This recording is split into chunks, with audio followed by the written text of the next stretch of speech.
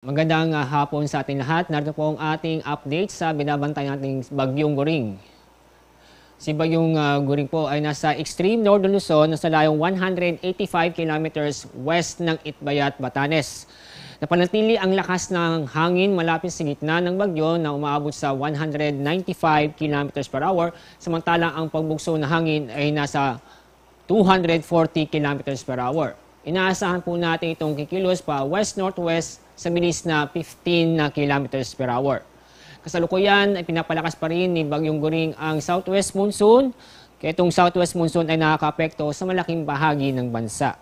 Samantalang ang severe tropical storm na may international name na Haikui ay nasa labas pa rin ng ating PAR at inaasahan po natin kikilos papalapit o papasok sa ating Philippine Area of Responsibility.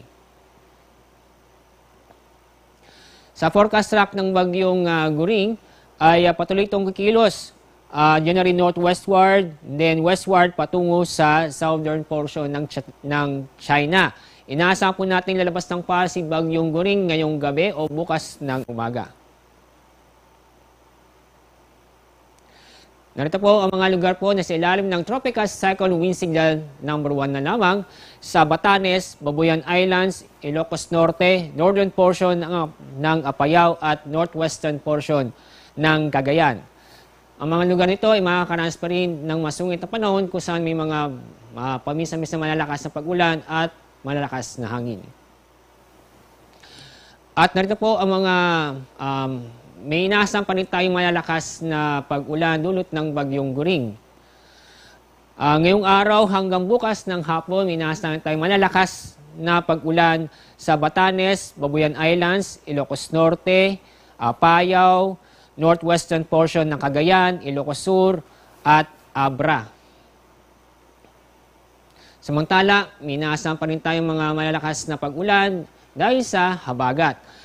Ngayong araw, mga lugar po na makakaranas ng malalakas na pag-ulan sa Zambales, Bataan, northern portion o sa buong Palawan, Occidental Mindoro, Metro Manila, Pangasinan, La Union, Benguet, Antique, Negros Occidental at Guimaras.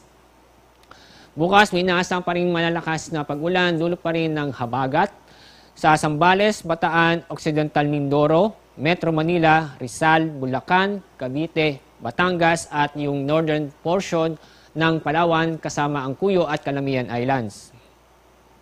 Sa araw ng Biyernes, minasang pa rin tayong malalakas na pag-ulan sa Zambales, Bataan, Pangasinan, Occidental Mindoro, Metro Manila, Rizal, Bulacan, Cavite, Batangas, Nueva Ecija, La Union at Benguet. At dahil po, may inaasahan pa rin tayo sa ngayon hanggang sa susunod ng 1 hanggang 2 araw ng malalakas na pag-ulan. Kaya patuloy pa rin tayong mag-ingat. Alamin po ang ligtas na lugar dahil nandiyan pa rin ang banta ng pagbaha o pagguho ng lupa. Dahil pa rin sa malakas na hangin na epekto ng habagat at yung Bagyong Goring, ngayong araw, meron pa rin tayong gale warning kung saan may inaasahan pa rin tayong matataas ng alon sa halos buong seaboard ng Luzon at Visayas at sa eastern seaboard ng Mindanao. Kaya bawal pa rin kumalaot na ating mga kababayan sa mga nabanggit na mga lugar. As ibang detalye about sa gale warning ay inyong mababasa sa aming Pag-asa website. Ang gale warning number 15 na inisyo namin kaninang alas 5 ng hapon. Dahil sa malakas ng hangin, dulot pa rin ng habagat. Ngayong araw, makakaasa pa rin tayo ng paminsan-minsang mga malakas na hangin sa Ilocos Region, Cordillera, Zambales, Bataan, Bulacan, Metro Manila, Aurora, Calabarzon, Mimaropa, Bicol Region at Western Visayas.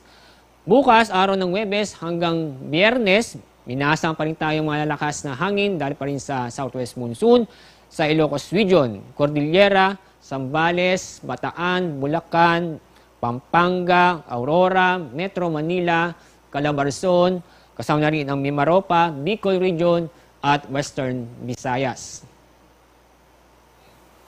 Adakon tayo sa binabantayang bagyon sa labas ng PAR na may international name Haikui ay nasa layong 1,380 kilometers east ng extreme northern Luzon.